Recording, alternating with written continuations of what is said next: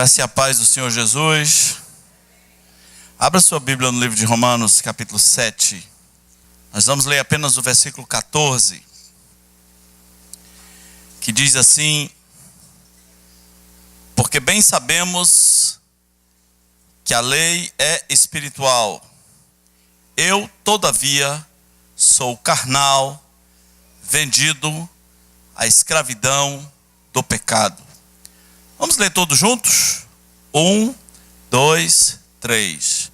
Vendido à escravidão do pecado. Vamos orar. Obrigado, meu Senhor, pelo dia, pelos livramentos que o Senhor tem feito nas nossas vidas, pelos aprendizados que temos tido. Obrigado também pelo grande privilégio de nos reunirmos aqui em nome de Jesus, em torno da Tua Palavra, para aprender da mesma e sermos edificados. Que a edificação que vamos ter faça efeito por muito tempo, tenha efeito duradouro na vida de cada um de nós, meu Senhor. Que possamos nos enxergar na Tua Palavra. Pedimos em nome de Jesus. Amém. O apóstolo Paulo tinha convicções muito fortes a respeito de dois assuntos: da lei e dele mesmo. Da lei, ele dizia, a lei é espiritual, ela é boa, santa, boa. E eu sou carnal. Eu sou carnal. Eu sou vendido à escravidão do pecado. É isso que eu sou. Eu sou carnal. Eu não sou raridade, eu não sou ouro em pó. Quando o assunto é pecado, eu sou carnal, vendido à escravidão do pecado. Hoje em dia, eu vejo o assunto da lei como sendo, às vezes, um grande foco de confusão, um grande alvo de confusão, porque parece que o pessoal não sabe muito o que é a lei, o que é a lei de Moisés, o que é a lei que nós chamamos de lei de Deus. O que é a lei que os judeus chamam de Torá? O que é isso? O que ela significa? E aí, nós estamos vendo o tempo todo inovações surgindo, e quando você vai olhar, o sujeito tirou o princípio da lei. Erradamente, ele picotou, ele recortou alguma parte da lei, e aí, de repente, surge um novo ensino, uma nova onda, uma nova denominação, um novo movimento, uma nova igreja, como alguns diriam, um novo mover, entre aspas, de Deus, a partir de recortes da lei. Nós precisamos entender o que é a lei de Moisés e precisamos entender quem somos nós. A saúde espiritual de muitas pessoas vai ter que passar por aí, por uma compreensão exata do que é a lei e uma compreensão exata de quem é você. Então, sem arrodear muito, eu vou compartilhar aqui algumas coisas que todo crente precisa saber sobre a lei. Para você que gosta de anotar, eu vou citar muitos textos bíblicos, você vai precisar ser um pouco rápido no seu seguir do raciocínio. E a maior parte do tempo nós vamos falar sobre a lei e depois vamos falar sobre quem somos nós diante da palavra de Deus. E a primeira coisa que você precisa entender sobre a lei, embora muitos acham que entendam, que compreendam, a primeira coisa que você precisa entender sobre a lei é que não existe na lei nem um poder salvador. Não existe poder para salvar. E não existe a menor condição de uma pessoa nesse universo a ser salvo pela lei. Eu estou falando isso porque a cultura cristã evangélica brasileira é mais ou menos assim. Nós estamos na época da graça, se fala muito. Mas aí houve um tempo em que o homem era salvo pela lei. Foi assim que eu cresci ouvindo os pregadores. Eles diziam, no tempo que o homem era salvo pela lei, Eu já ouvi pessoas se queixando de, pastor, imagina aquele tempo que o homem era salvo pela lei, como era difícil. E eu queria frustrar você dizendo que nunca houve esse tempo. Nunca houve. Se alguém foi salvo pela lei, me aponte quem. Quem é essa pessoa irrepreensível, merecedora, além da conta, que tenha sido salvo pela lei de Moisés? Nunca houve esse tempo, nunca haverá esse tempo. O livro de Romanos, capítulo 8, versículo 3, está aí até perto da referência que nós lemos, diz que aquilo que fora impossível à lei, no que estava enferma pela carne, isto fez Deus enviando o seu próprio Filho em semelhança de carne pecaminosa, e no tocante ao pecado, e com efeito condenou Deus na carne o pecado. A lei não podia salvar, diz o apóstolo Paulo, porque ela estava enferma, estava doente. Existia uma doença, uma ferida que tinha talvez mais força do que a lei, e isso fazia com que a lei não tivesse poder nenhum para salvar, absolutamente nenhum. Aí você deve estar se perguntando assim, bom, hoje eu sei que somos salvos por Jesus Cristo, somos salvos pela graça, mas aí no tempo da lei você se pergunta, como era mesmo que as pessoas eram salvas? As pessoas eram salvas como sempre foram, única e exclusivamente pela graça de Deus, em qualquer época. Em qualquer época. Você acredita que Abraão está no céu? Sim ou não? Você acredita? Diga amém. Com aquele tanto de mulher que ele tinha. Hein? Você acredita que Davi está no céu? Você acredita que o homem segundo o coração de Deus está no céu? Você já viu o tanto de concubina que ele tinha? Concubina, para que você viu a concubina? Para o cara concubinar.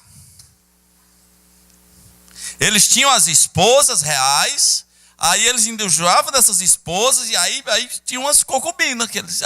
Para que serve a concubina? Para isso mesmo. E não satisfeito, ainda tinha uns casos por fora. Você acha que esse homem aí é salvo pela lei? Você acredita que ele vai estar no céu, mas você acredita que ele vai ser salvo pela lei? Não existe ninguém, absolutamente ninguém salvo pela lei. Davi sabia, de acordo com Números 15, que existiam dois tipos de pecado. O pecado voluntários e o pecado involuntário. Pecado involuntário, você ia lá fazer o sacrifício. O que era o pecado involuntário? Era o pecado do Chaves, foi sem querer querendo. Sim. Pequei. Então, ia lá, fazia um sacrifício. O pecado voluntário é aquele que você fez porque quis. Fez pensado. E embora você pense que havia um tipo de sacrifício para esse pecado, não havia. Não tem sacrifício, por exemplo, para adultério. Como é que se resolvia adultério? Como é que se resolvia? Apedrejamento. E Davi adulterou e não foi apedrejado. E quando ele se arrepende no Salmo 151, ele sabe que não tem sacrifício para o seu pecado. E ele diz assim, sacrifícios e ofertas não os quisestes, do contrário eu te daria. Se fosse para matar um novilho, eu faria o sacrifício, mas não tem. O que é que eu posso fazer? Não tem. Sou desesperadamente carente da graça de Deus. Perdoa-me, lava o meu pecado, porque não tem outro jeito. Estou dependendo do Senhor. Nunca ninguém foi salvo pela lei. Em segundo lugar, você precisa saber uma das principais razões por que a lei existe.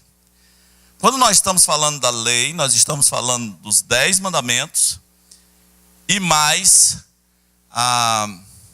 596 outros mandamentos. Vai dar um total aí de 604, 614 aproximadamente. Quando nós estamos falando de lei, estamos falando disso. Aí você deve se perguntar assim, então para que existe a lei? Uma das razões por que a lei existe, está em Romanos capítulo 3, versículo 20, é para que eu e você saibamos o que é pecado. A lei foi dada para que nós tenhamos, diz a Bíblia, pleno conhecimento do pecado. Eu não saberia o que é pecado sobre tal coisa se a lei não o dissesse. A lei está lá para ampliar o pecado. Saiba bem o que é pecado. Saiba as coisas que Deus gosta. Saiba as coisas que Deus não gosta. Nunca esqueça disso. A lei, Romanos 3:20 diz que ninguém será justificado diante dele por obras da lei, visto que pela lei vem o quê? Pleno conhecimento do pecado. Está lá para que você saiba o que é pecado. Mas a lei também, ela traz maldição. Você precisa saber disso. E maldição severa. Gálatas 3:10. Maldito todo aquele que não permanecer nas palavras escritas neste livro. Ui! Maldito todo aquele que não permanecer nas palavras escritas neste livro. Era assim que a lei de Moisés dizia. Você precisa de algo maior que a lei. Você precisa de algo mais amplo e mais forte do que a lei para anular essa maldição. Porque a lei vai pegar você. Se você se mexer, a lei vai dizer, está errado. Está errado. Aí pecou de novo. Olha a lei, pecou. Não sei como será o julgamento do juízo final em detalhes, mas talvez a lei seja aberta. E diga, você errou aqui, você é culpado mais aqui, 500 vezes em cada um. Culpado, é isso que a lei vai dizer a você. Culpado. Maldito todo aquele que não permanecer nas palavras deste livro. Você precisa saber também que a lei de Moisés faz parte daquilo que é chamado de revelação progressiva. Algumas pessoas acham a Bíblia muito grande, né? Você não acha não? Muito grande. Tem gente que se lê um livro vai ter um infarto. Aí a Bíblia é 66 livros, né? E tem aquelas biblonas, letra grande, capa dura, aquelas que vocês botam na estante, com aquelas enormes assim. Algumas pessoas dizem, Deus me livre, eu não vou conseguir ler isso nunca. Porque a Bíblia é tão grande, né? E no caso da Bíblia Católica, que ainda vem 7 livros acrescentados, né, a partir de 1545, aí não são só 66, são 73. Por que é tão grande? Porque é toda a revelação de Deus, tudo que você precisa saber sobre Deus. Não podia ser no tamanho de uma revistinha da Mônica. É a revelação de Deus. Tudo o que você precisa saber sobre Deus está lá. E quando nós dizemos que a Bíblia é uma revelação progressiva, estamos dizendo que ao longo da história, Deus foi ampliando a revelação dele e das coisas que ele quer que você conheça. Então, você não vai saber tudo sobre a revelação de Deus em Gênesis, por exemplo. Se você quiser saber um pouco mais, você vai ter que ir por toda a revelação progressiva. Se você quiser aprender sobre o diabo, Gênesis 3 não te diz tudo. Nós só ficamos sabendo que a serpente era o diabo lá em Apocalipse 12, que diz que a serpente era o diabo. Então há vários assuntos que para você conhecer, você tem que mergulhar na revelação progressiva, Para nós, os cristãos, a lei não é toda a revelação. Ela é uma parte. Ela é o que os judeus chamam de Torá, 5 livros. Para os judeus ela é a revelação, mas para nós ela é parte da revelação progressiva. Ela se estende até o Apocalipse. Você precisa entender também que a lei foi dada à nação de Israel. Pelo menos originalmente, ela foi dada à nação de Israel. Ela foi escrita por judeus e para judeus dentro de um contexto judeu. Então, o que é que eu tenho a ver com isso? Você deve estar se perguntando. Bom, em primeiro lugar, é bom você entender que muitas pessoas vão ter dificuldade para transferir a lei de Moisés para outras culturas. É muito difícil. Aliás, alguns mandamentos que estão na lei de Moisés, eles são impraticáveis e incompreensíveis numa outra cultura. Por exemplo, ela foi dado o mandamento do ano sabático. Quantos aqui sabem o que é o ano sabático? Levante a mão aqui, só os que sabem o ano sabático. O ano sabático é uma coisa simples. Os brasileiros adorariam se a lei do ano sabático tivesse sido dado para eles. O ano sabático é um sabadão, né? Porque o sábado é assim, trabalha 6 dias, folga 1. O ano sabático é trabalha 6 anos, folga 1 ano. Você ia gostar disso? Trabalha 6 anos, né? Folga 1 ano. Tem gente que tem um objetivo de vida. É trabalhar e ganhar dinheiro para ter o seu próprio ano sabático. Vou passar 1 ano só por aí, né? Só por aí. Isso só faz sentido, por exemplo, numa sociedade agrícola. O ano sabático não faz sentido no mundo ocidental, moderno. Já pensou os funcionários públicos 1 ano sem trabalhar? Se bem que tem uns que, né? Se bem que tem uns que passam 1 ano sem trabalhar. Pensou os hospitais fechados por 1 ano, né? A companhia elétrica fechada por 1 ano. O sistema de transportes fechado por 1 ano. Essa lei foi dada a Israel num período muito específico, em que o contexto era completamente agrícola.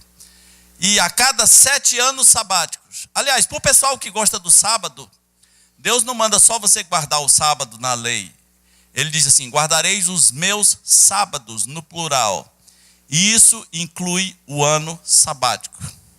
Se você não está disposto a ir até o ano sabático, o seu sábado não vale muita coisa, né? Pergunte a alguma pessoa, então, e o ano sabático? É a mesma lei, né? São os mesmos mandamentos. A cada 7 anos sabáticos, os escravos eram libertados, não havia projeto de escravidão eterna. A cada 7 anos sabáticos, no ano 50, que era o ano do jubileu, as propriedades eram devolvidas e todas as dívidas eram perdoadas. Isso só fazia sentido dentro daquele contexto. Especificamente dentro daquele contexto. Algumas festas, das 7 festas judaicas, só fazem sentido dentro daquele contexto. A festa dos tabernáculos, por exemplo. Os judeus teriam que morar em tabernáculos por uns dias.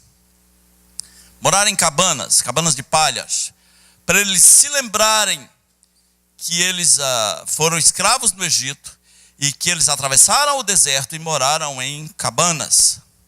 Até hoje os judeus fazem a festa dos tabernáculos, nos moldes bem modernos. Você vai lá, o sujeito faz uma cabana dentro de casa, na sala dele, só para marcar a lembrança do ritual. Mas os brasileiros não atravessaram o deserto. Os brasileiros não foram escravos no Egito. Então, a festa dos tabernáculos não faz nenhum sentido para os brasileiros, e nem os brasileiros foram ordenados a cumpri-las. Quando Deus deu cada uma das festas para Israel, ele disse: essa é uma aliança entre mim e vocês por todas as suas gerações. E as outras nações que queriam ver a festa dos tabernáculos, o que elas faziam? Iam para Israel. Era quase uma coisa turística, meio que um novenário cruzeirense, alguma coisa nessa linha. As pessoas iam para lá, mas Deus não exigiu isso das outras nações. A lei originalmente foi dada para Israel. Se a lei foi dada para Israel, o que está valendo para nós, pastor? O que vale no Novo Testamento? Sabe o que vale? Vale aquilo que o Novo Testamento diz que vale. Circuncisão, vale ou não vale? Sim ou não? Ano sabático, vale ou não vale? Não? Festa dos tabernáculos, vale ou não vale?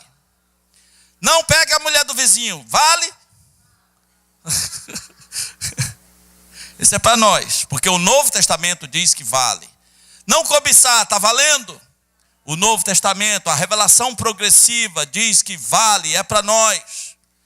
Não matarás, não furtarás, está valendo. O Novo Testamento ampliou, confirmou, diz que está valendo, mas coisas que são específicas para Israel não estão valendo, não faz o menor sentido. Alguns votos específicos. Você sabe que na lei de Moisés tinha a lei do nazireado. O cara fazia um voto de consagração, ele deixava o cabelo crescer. No Nordeste é muito comum você encontrar uma criança do cabelão, né? Por que esse menino tem o cabelão? Porque os pais dele fizeram uma promessa. É engraçado, ele faz promessa, o menino que paga, né? Mas esperto ele. E a promessa tinha muito a ver com alguma cultura da lei do nazireado. Eles consagravam o menino para nunca cortar o cabelo e tudo. Deus não exigiu isso de nós. Você quer consagrar, se consagre, pronto. Essa é a revelação. Essa é a ampliação da revelação. Muitas pessoas aparecem com umas proibições estranhas, com uns mandamentos estranhos. Olha, se foi tirado apenas de algum versículo isolado da lei de Moisés e não tem confirmação no resto da revelação, melhor você deixar de confusão. Não é? Se você perguntar para mim assim, se você perguntar para mim, pastor, diante de Deus, tatuagem é errado? Eu falo, não sei. Acho que não. Mas lá na Bíblia tem, não marcarás os corpos pelos mortos. Então, pelos mortos não pode. Mas eu vi, tem uns aqui que tem, Joana te ama, marcou pelos vivos, né? Marcou pela esposa. Maria te amo. Não sei, porque eu só tenho uma referência lá na lei de Moisés e tem a ver com culto aos mortos e idolatria, só tenho isso. O Novo Testamento, o que diz sobre o assunto? Nada. Absolutamente nada. Silêncio total. Então como é que a gente age com tatuagem? Com inteligência. Eu acho que muitas tatuagens têm mais a ver com burrice do que com santidade. Tinha uma gangue aqui na cidade chamada Gangue do Tatu. E eu nem sei se está vivo, que esse pessoal morre muito cedo. Mas a gangue do tatu era o seguinte, os caras se identificavam desenhando um tatu no corpo. Esses caras são muito inteligentes. Né? Porque é fácil, é só pegar e ver se tem a tatuagem do tatu, então é a gangue do tatu, está preso. Você é um tatu. Como eles são espertos, né? Algumas pessoas fazem tatuagens das quais vão se arrepender.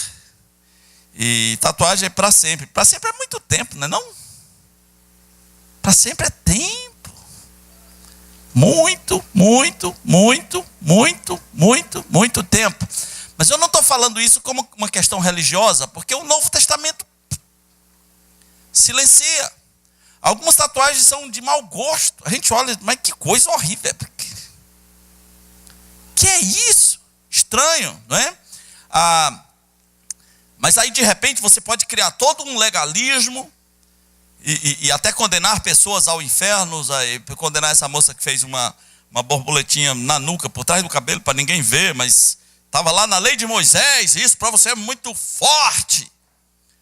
Se você não tem a ampliação do Novo Testamento, repetindo, né, esclarecendo, melhor você deixar isso com Deus. Muitas coisas só fazem sentido naquele contexto de Israel. A lei de Moisés, estranhamente, tem um assunto principal. O assunto principal da lei de Moisés é o Senhor Jesus Cristo. Os judeus da época de Jesus não conseguiram ver isso. Eles não conseguiram. Mas a lei toda é sobre Jesus. Cada sacrifício, cada cordeiro. Nós nem sempre temos a inteligência para rastrear as figuras que descrevem a pessoa de Jesus Cristo na lei de Moisés, mas a lei toda é sobre ele. Ele é o cumprimento da lei. Ele é, num certo sentido, maior do que a lei. Quando ele foi crucificado e ele disse, está consumado, está consumado. Ele está dizendo que ele cumpriu tudo que a lei apontava que ele iria cumprir. Quando Jesus morreu e ressuscitou, tem uma cena muito estranha no livro de Lucas, capítulo 24. Porque você fica imaginando os discípulos de Jesus pensando assim: o sonho acabou. O sonho acabou. Ele era legal, mas mataram ele, então ele talvez não era o Messias. O sonho acabou. Inicialmente os apóstolos se esconderam, se acuaram numa casa fechada, ficaram com vergonha de sair à rua. Todo mundo correu, todo mundo vazou, todo mundo foi embora. Até mesmo na hora da crucificação, só estavam ali João, uma outra Maria, talvez Maria Madalena, e a mãe de Jesus, porque mãe é mãe, não correu. Então, ali umas 4 pessoas, aos pés da cruz. Todo mundo deve ter pensado: não era ele, o sonho acabou. Porém, quando ele ressuscita no terceiro dia, ele passa 40 dias aparecendo. 40 dias. É muito tempo, não é? Foi visto por mais de 500 testemunhas. E se essas pessoas estivessem mentindo, elas morreram por isso. Mais de 500 testemunhas. E elas seguraram, elas morreram para não negar isso. Jesus faz meio que uma pegadinha com 2 discípulos.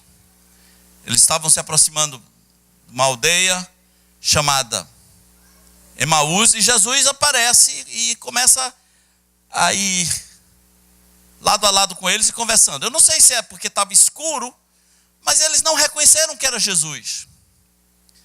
E Jesus diz assim: e aí, quais são as novidades? Jesus, ressuscitado, diz para 2 dos seus discípulos, não dos apóstolos, 2 dos seus discípulos, dizendo: quais são as novidades? Né? Conta aí. E eles disseram, Lucas 24, versículo 19, eles dizem assim: o que aconteceu a Jesus, o Nazareno, né? Só você que não sabe das novidades. O que aconteceu a Jesus, o Nazareno, varão, profeta, poderoso em obras e palavras diante de Deus e de todo o povo. E como os principais sacerdotes e as nossas autoridades o entregaram para ser condenado à morte e o crucificaram. Ora, nós esperávamos que fosse ele quem havia de redimir a Israel. Mas depois de tudo isso, e já este o terceiro dia desde que tais coisas sucederam, né? E é verdade também que algumas mulheres das quais conosco estavam nos surpreenderam, tendo ido de madrugada ao túmulo e não acharam o corpo de Jesus. E aí eles vão contando toda a história de Jesus para Jesus. E Jesus diz: olha, vocês são pessoas nécias. Versículo 25. Ó nécios e tardio de coração para crer tudo que os profetas disseram. Porventura não convinha que o Cristo padecesse e entrasse na sua glória. E, começando por Moisés, que é a lei, né? Discorrendo por todos os profetas, expunha-lhes o que a seu respeito constava nas Escrituras.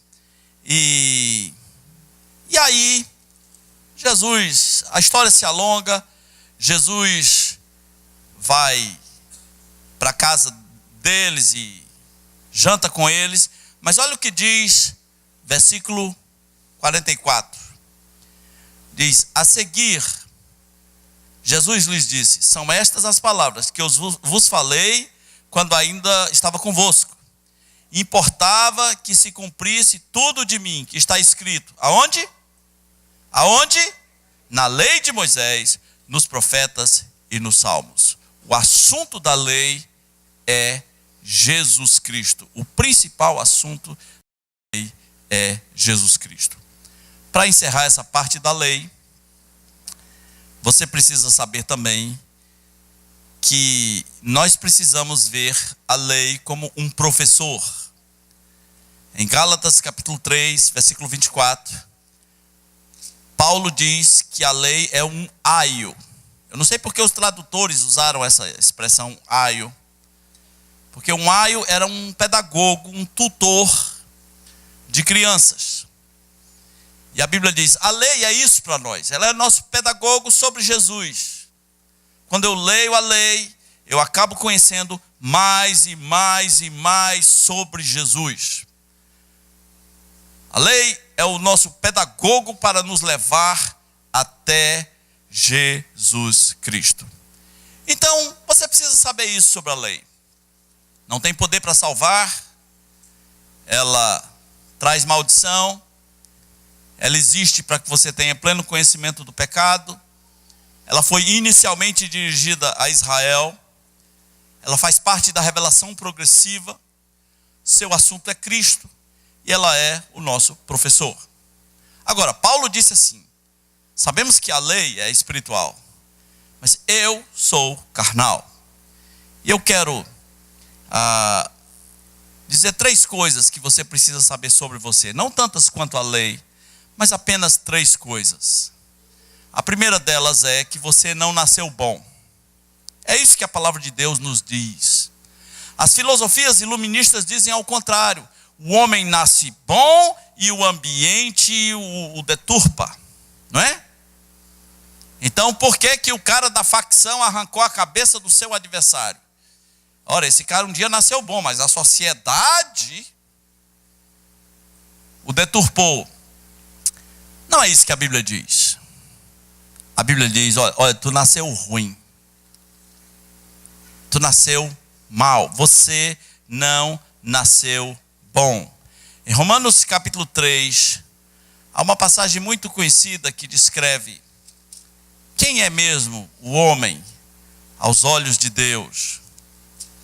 Romanos capítulo 3, versículo 9 diz assim: que se conclui, temos nós qualquer vantagem? Não, de forma nenhuma. Pois já temos demonstrado que todos, tanto judeus como gregos, estão debaixo do pecado. Como está escrito: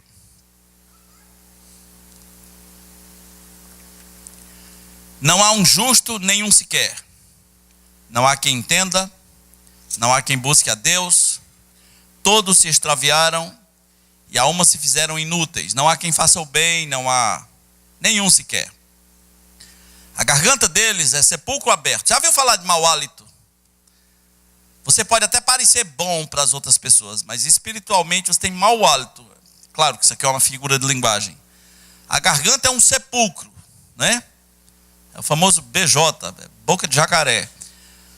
A garganta deles é um sepulcro, com a língua urda engano, veneno de víbora está nos seus lábios, e a boca eles a têm cheio de maldição e de amargura, e são seus pés velozes para derramar sangue.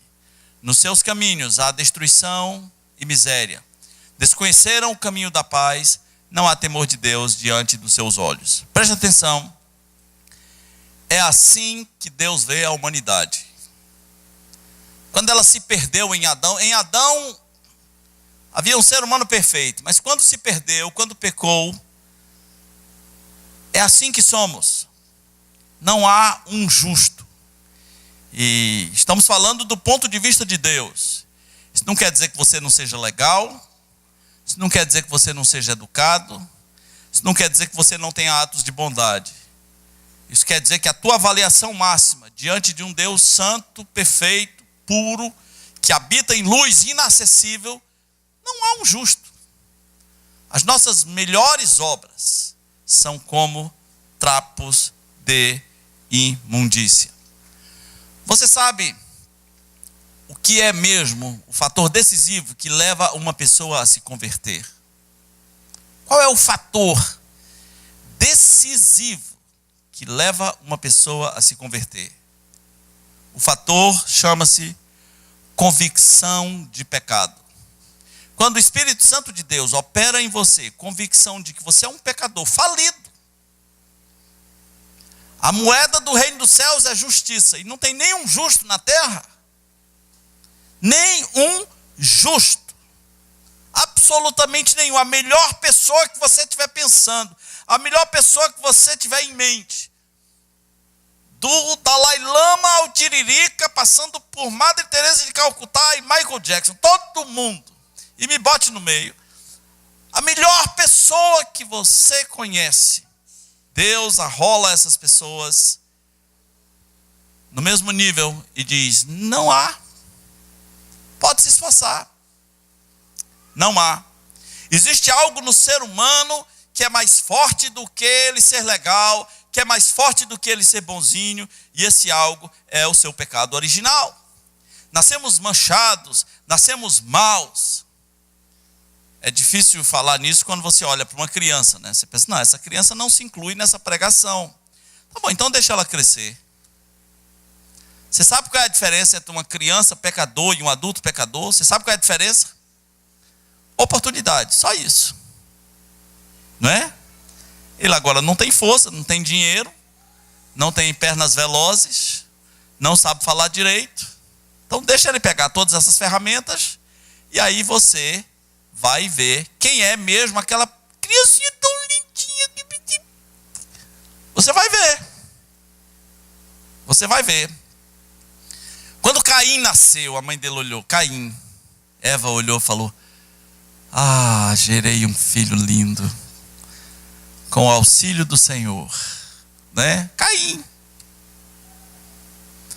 Quando Hitler nasceu, a mãe dele olhou e falou: que doçura.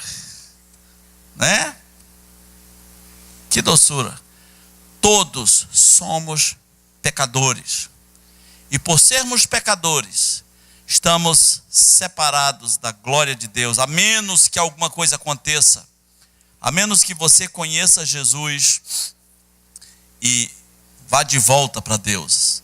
Romanos 3:23 diz: todos pecaram e estão destituídos da glória de Deus. Todos pecaram e carecem da glória de Deus. O pecado é como um vírus em nós, parece ter vida própria e só vai ser resolvido na eternidade.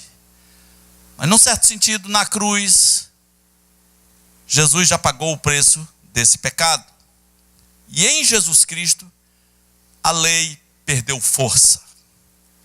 Quando Jesus foi para a cruz e pagou o preço, até os que não concordam com Jesus concordam que a lei deveria perder força. Antes daquela cena, pessoas eram apedrejadas por determinados pecados. Jesus na cruz mostra que isso deve perder força. Antes daquela cena, as pessoas não podiam entrar no Santo dos Santos, que era o lugar da presença de Deus. Estava separado por um véu, e a Bíblia diz: o véu se rasgou de alto a baixo, e Jesus disse: está consumado. Colossenses 2, a partir do versículo 15, diz que Jesus Cristo, tendo cancelado o escrito de dívida que era contra nós, ele pegou esse escrito, ele pegou essa promissória espiritual e encravou na cruz. Está consumado. Jesus riscou a cédula, Jesus riscou a nossa dívida. Aquele poder que a lei tinha sobre nós não tem mais. Jesus fez com que a lei perdesse força. Eu quero encerrar mostrando que quando nós estamos falando de que toda a lei é sobre Jesus, é isso mesmo. É isso mesmo. Cada mandamento da lei vai acabar em Jesus Cristo. Não sabemos como. De todos os mandamentos dados a Israel, tinha um que dizia assim: quando você matar alguém, meio que sem querer, tipo o cabo do machado voou, a lâmina do machado bateu na cabeça de alguém,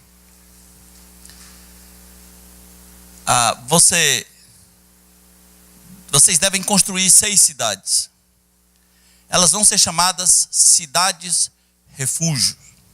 Em Israel não tinha prisão. A lei de Moisés não prevê prisão. Prisão é um negócio horroroso. Você bota 19 homens numa sala 3x4 e diz para eles: comportem-se, garotos. Não vai acontecer, né? Então a coisa mais próxima de prisão na lei era a cidade refúgio. Você vai para essa cidade e você fica lá. Mas não sai. É uma cidade, não é uma cela. Mas fica lá. Não sai. Se você sair, tem um parente da família do morto que é chamado de o vingador do sangue. E se você sair da cidade de refúgio e o vingador do sangue pegar você por aí, ele pode matar você. Isso era lei de Moisés, a lei das cidades refúgios. Não duvide se alguma igreja qualquer dia lançar a igreja refúgio, qualquer coisa nessa linha. Então, a Bíblia conta de um homem chamado Abner, um general de Davi, um guerreiro de Davi. Ele matou um cara chamado Azael. Esse Azael era ligeiro dos pés e ruim da cabeça. Ele matou esse Azael. E o vingador do sangue da família de Azael chamava-se Joabe. Joabe queria matar Abner. E Abner vai para uma cidade chamada Hebron. Hebron é uma cidade de refúgio. E um dia esse Abner armou uma situação que a Bíblia nos dá a entender que Abner saiu da cidade de refúgio para conversar com Joabe. Joabe armou essa situação. Ele sai meio que na porta, assim, tipo... E aí o que aconteceu? Ele está fora da cidade de refúgio. E o vingador do sangue o matou ali. Esse velório de Abner foi muito lamentado em Israel. Davi fez um cântico, uma poesia sobre isso. Ele disse: Abner, será que você estava amarrado? Por que você tinha que morrer assim? Como um cão? Você estava incapacitado de entrar na cidade de refúgio? Talvez, meus irmãos, Abner morreu a metros da cidade de refúgio. Metros. Da porta para lá significaria vida. Da porta para cá, morte. O vingador do sangue o matou. Jesus Cristo é nossa cidade de refúgio. Nele nós estamos seguros. Algumas pessoas nunca vão aceitar Jesus. Elas vão morrer assim, bem quase. Alguns dizem para mim: pastor, eu sou quase crente. Algumas mães acham que os filhos são quase crentes, não é? Algumas pessoas são amigas do evangelho, estão quase lá. Jesus uma vez disse para um homem: você não está longe do reino de Deus. Não está longe, mas não está dentro. Abner não estava longe da cidade de refúgio, está ali. Não era nem para ter conversado com Abner. A cidade de refúgio representa Jesus. Se você partir dessa vida sem estar na cidade de refúgio, que é Jesus, sem estar em Cristo, nele você está protegido. Mas se você partir dessa vida não em Cristo, olhe, a lei e muito mais vão pesar sobre você. Diz a Bíblia que livros serão abertos. Livros onde estão registrados todas as obras, cada coisa feita durante toda a sua vida. Não é muito melhor estar em Jesus Cristo, nosso refúgio? Muita gente precisa ser curado por essa religião de lei. Toda hora ficam buscando alguma coisa na lei para criar um mandamento novo. Eu estou noutra lei, meus irmãos. A lei do Espírito e da vida, apresentada em Romanos 8. A lei que veio para superar a lei do pecado e da morte. Eu estou noutra lei completamente diferente. Sim, eu sei, a lei é assustadora. Às vezes você olha alguns mandamentos e fala: meu Deus, eu sou incapaz. Eu não consigo cumprir isso aqui. Mas deixe-me dizer uma coisa: Jesus Cristo cumpriu toda a lei. A lei que apontava para Ele. Jesus Cristo é dono de toda a justiça e santidade que é necessário para alguém se apresentar diante de Deus. E Ele diz: eu dou isso a você de presente. Creia que você é um pecador falido, miserável. Como disse Paulo, vendido à escravidão do pecado. Você não é a última cocada do pacote. Você é um pecador vendido à escravidão do pecado. O evangelho não é para pessoas boas. Se você é bom, o negócio de Jesus não é com você. Porque Ele disse assim: eu vim buscar e salvar quem? os perdidos. Ele disse: eu não vim para os bons. Você se acha bom? Não quero papo com você. Eu não vim para você. Você é bom. Você não precisa de mim. Eu vim buscar e salvar os perdidos. Meu negócio é com gente que olha para dentro de si e pensa: eu sou um pecador. Eu não sou bom. Eu tenho que parar de fingir. Eu sou um pecador. É assim que você se entende? Que Deus te ajude a entender melhor a lei e a entender você mesmo, conhecendo-se como pecador, e que a solução para o seu pecado é o Senhor Jesus. Arrependa-se, reconheça Jesus como seu Salvador, confesse isso a pessoas e seja batizado. É assim. E não olhe para trás e queira crescer, andar com Jesus e aprender sobre Ele. Apaixone-se pela Escritura, desfrute dessa nova vida. Mas pare de pensar que você é bom. Você não é.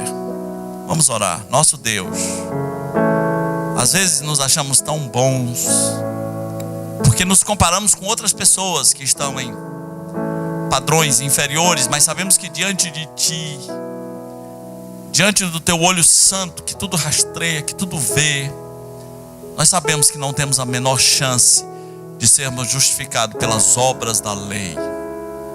Que todo pensamento, meu Deus, religioso, de salvação, de justificação baseado na lei, que esteja caindo por terra, e que pessoas possam se enxergar protegidas em Jesus Cristo e em Jesus Cristo somente.